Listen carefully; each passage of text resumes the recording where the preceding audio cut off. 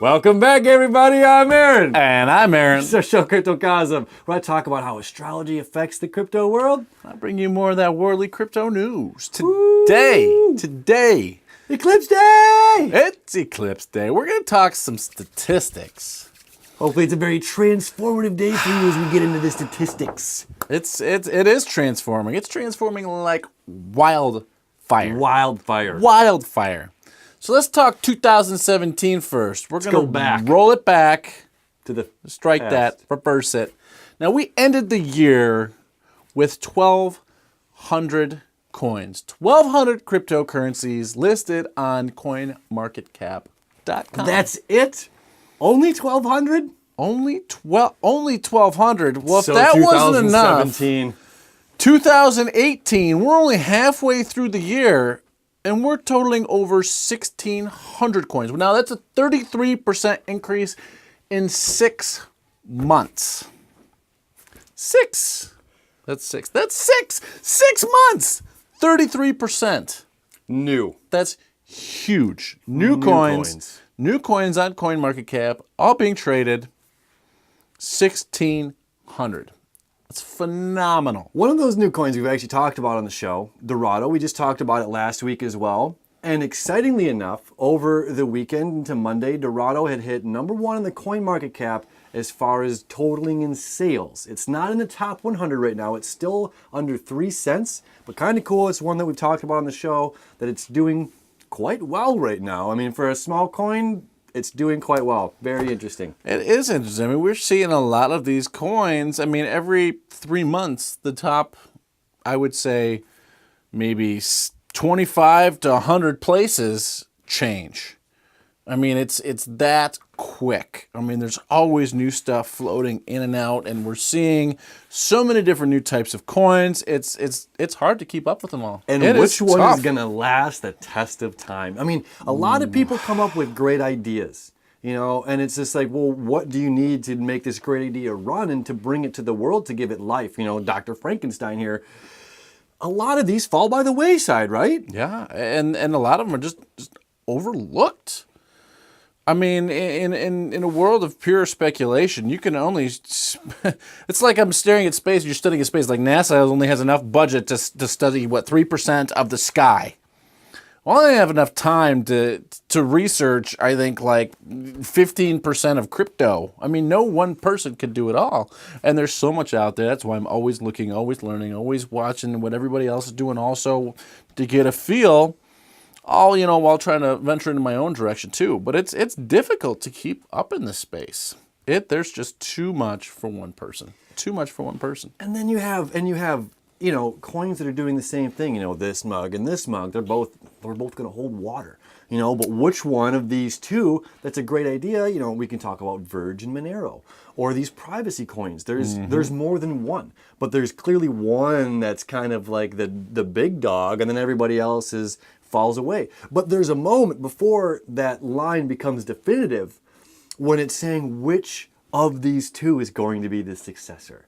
You know, and I think it was interesting at the beginning of the year when Bitcoin Cash went into Coinbase.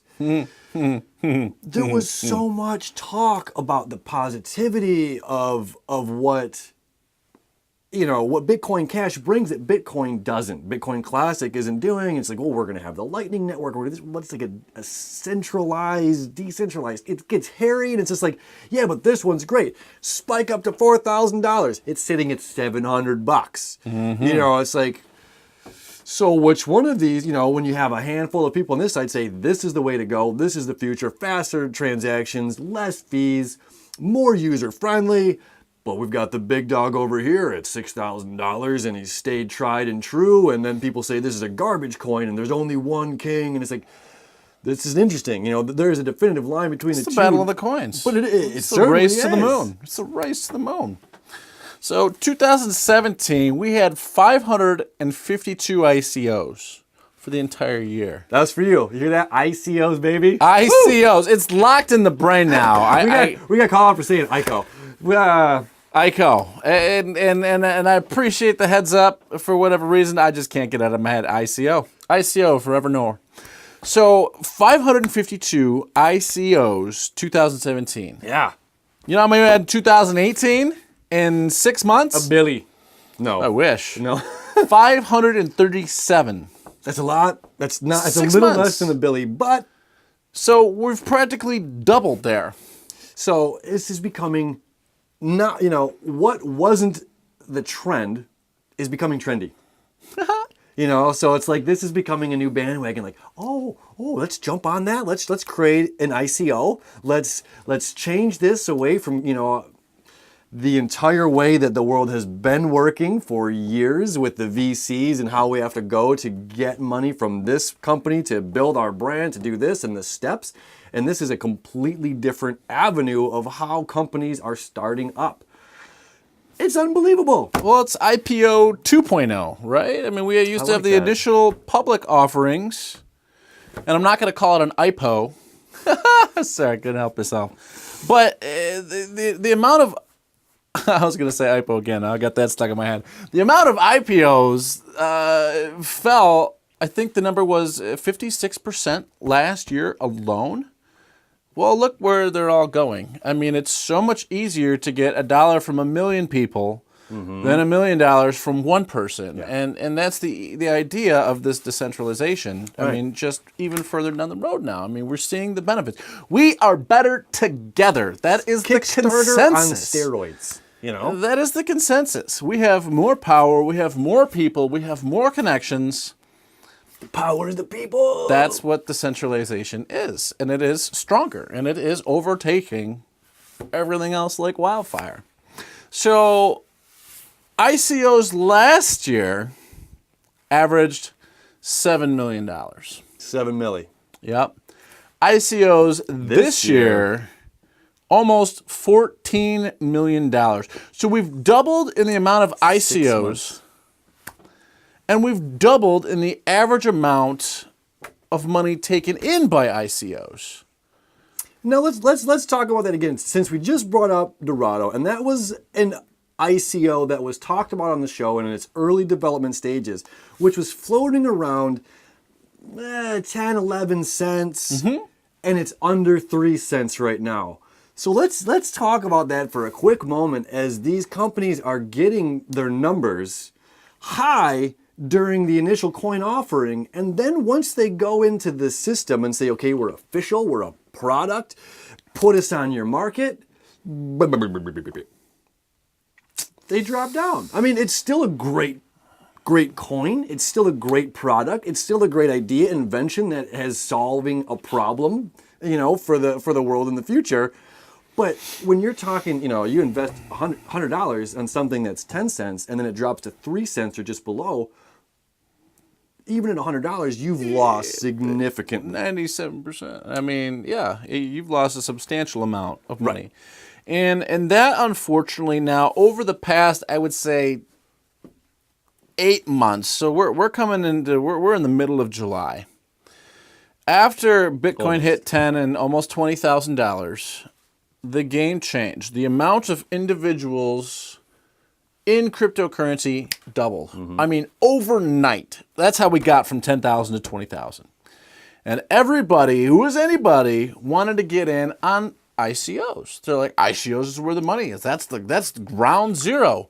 We all have to get in on the ICO level. So then they ended up having what was called the gas wars. You have, let's just say, 1 million people standing by like they're all waiting to buy concert tickets and push that button and buy at the same time. Well, if everybody's buying at the same time, you have all of these transactions racing to get there first. Inflation. Now, what we have here, and because we've taken care of that double spending problem, only one is going to get there first. And we're going to know who got there the exact second, millisecond, nanosecond, every single time. So now, to be able to get ahead of the 100 or the million people that are all chasing after the same ICO, the second it comes out on sale, well, now you have gas wars. Well, how much gas can I put in my car and blast this rocket and this payment to get there first? And on top of the price that you were paying for the ICO, adding the additional amount of gas money to get there first, it ended up being, I mean, I don't know how many Ether people were actually paying. I don't know if they were paying up to full coins or what the max amount of gas was, but that was a huge thing.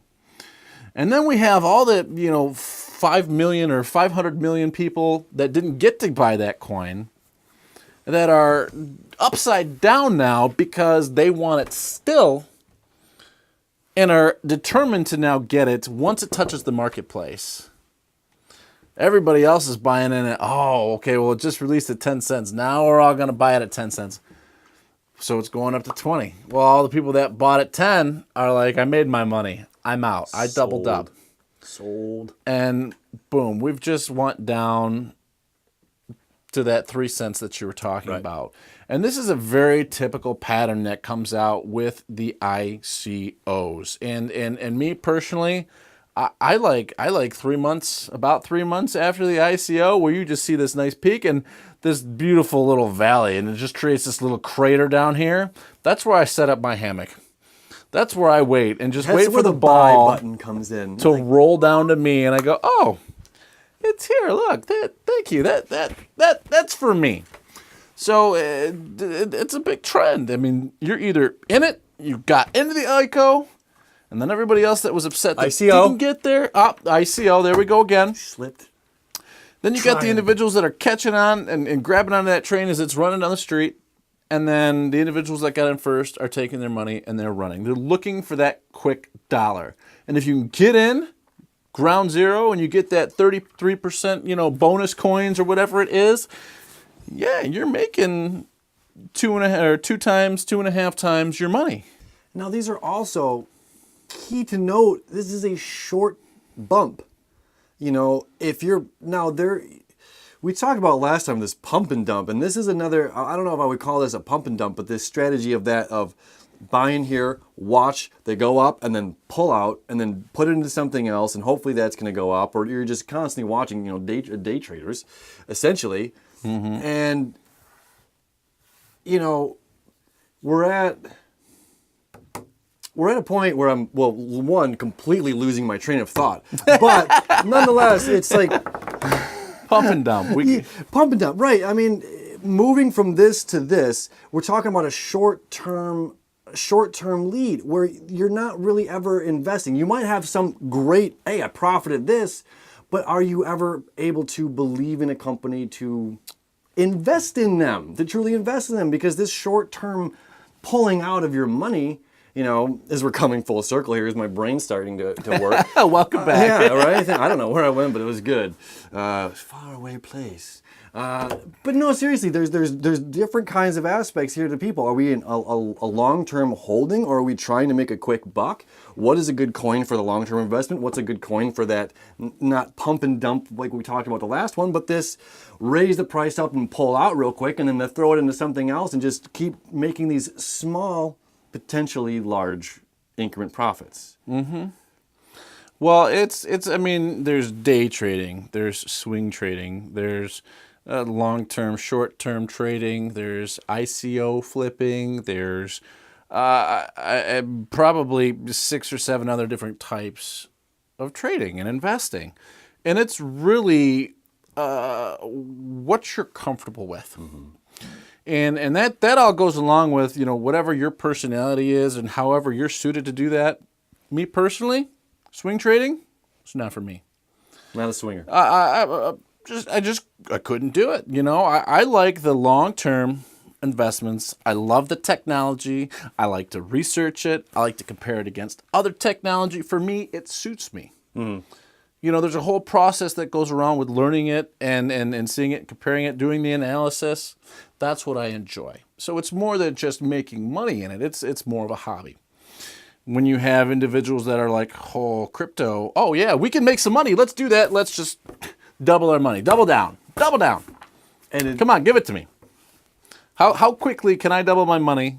Well, easy come, easy go, they say. So It's really based on the individual and the personality that you're seeing and the types of trading that's going on.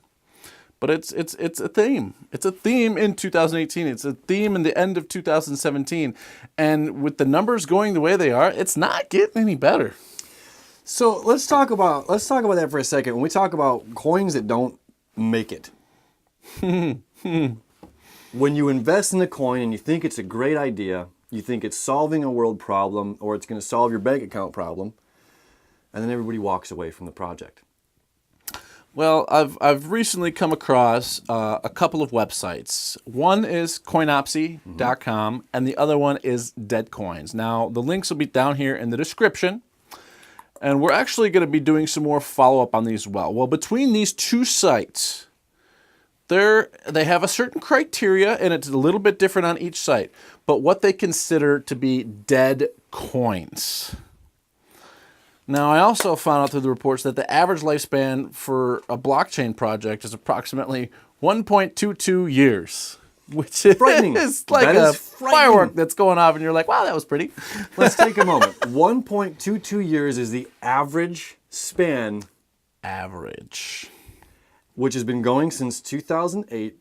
And this year, but it's been small. And this year, at the end of last year, we had, what were the numbers? 1,200?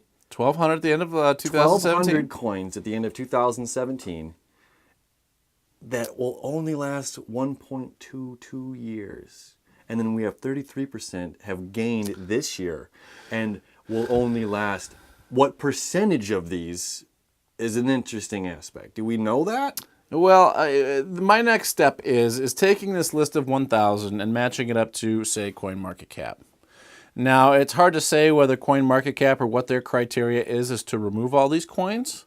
And I'm curious to see, and I know that they have removed quite a few already. So I think CoinMarketCap, but they're going to have their own criteria. So to see what has fallen off the map already, I'm very eager to see. And Yeah. we'll be showing that next week. Well, I'll get the details and put it up and see what that looks like. But over 1,000 dead coins. Now, dead coins could mean several different things. It could mean the developers walked away. It could mean that it dropped out of the top 1,000 coins on CoinMarketCap. So it could still exist in the race. It's just not on the 1,000 coins. So that must be somewhere in the last 200 or 600 now. 1,600 Sure, coins. and they have the descriptions listed next to each coin, and I was going through them, and I was like, wow, this is really kind of a neat tool to use, and see, what happened with what projects, why did it happen, where they're at now, because I mean, there's so many of us that are constantly looking at, oh, well, what's the top 10? Being able to have that full spectrum of analysis. Okay, well, what made these coins die? Right. Finding the adverse of the pattern that you're looking for and continuing in your analysis in a different way and a different light to be able to look at your coins. And see what can be successful. Yeah. Right. I mean, well, you're trending good coins. Well, if you also have the trend of doing bad coins, you can see it on the flip side as well. Which is cool. So Coinopsy and Dead Coins. Coinopsy and Dead Coins. So the links are in the description. We're going to do some follow-up with you guys for that, and we're going to kind of compare the two and see where they meet up in the middle. Do we really have 1,600 coins in circulation?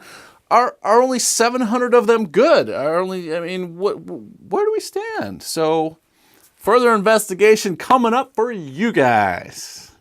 I like it. I mean, what? Now, here we are. We're wrapping up here. We're at the end. I want to know, how is this? Let us know. Please leave a comment. Share with us what is going on with you. How is this astrology stuff affecting you? Can you feel the effects of this new moon? I want to know, man. Tell us. I know a ton of my closest and on my personal Facebook. I put up some astrology stuff, and I know a lot of people are dealing with this stuff. A lot of people are feeling this outside of the crypto realm, of the stuff that we talk about on the show.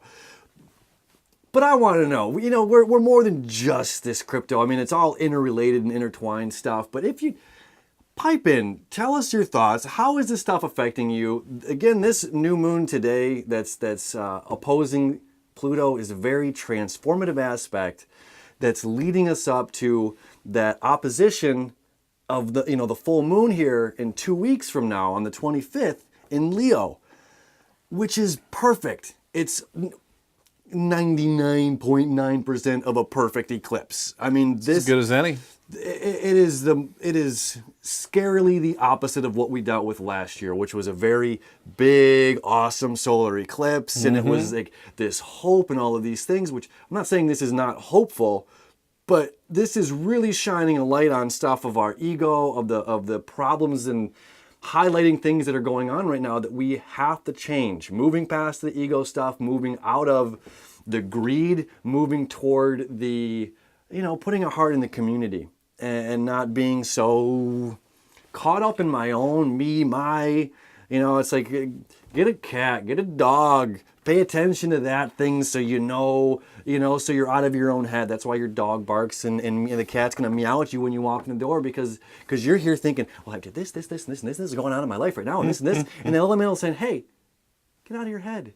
Think about me for a second. Give me some pets and loves. I'm going to give you some pets and loves, Come back to now. So I know that has nothing to do with your coin market cap or anything going on, but it's all interrelated as this is the real world, the life that we're living right now. So I want to know from you, if you care to share with us, how is the astrology affecting you right now? How are you dealing with and feeling the effects of this new moon and what has been coming up and transitioning through?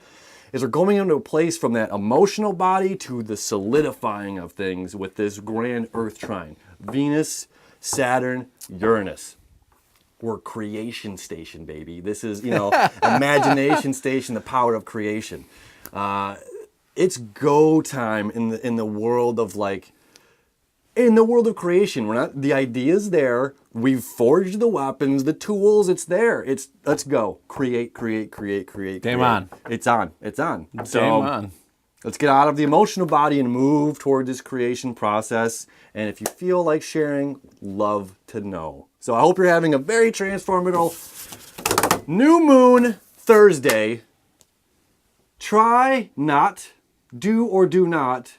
There is no try. So, it's going to be a transformative day. It's going to be an amazing day. Good things are happening.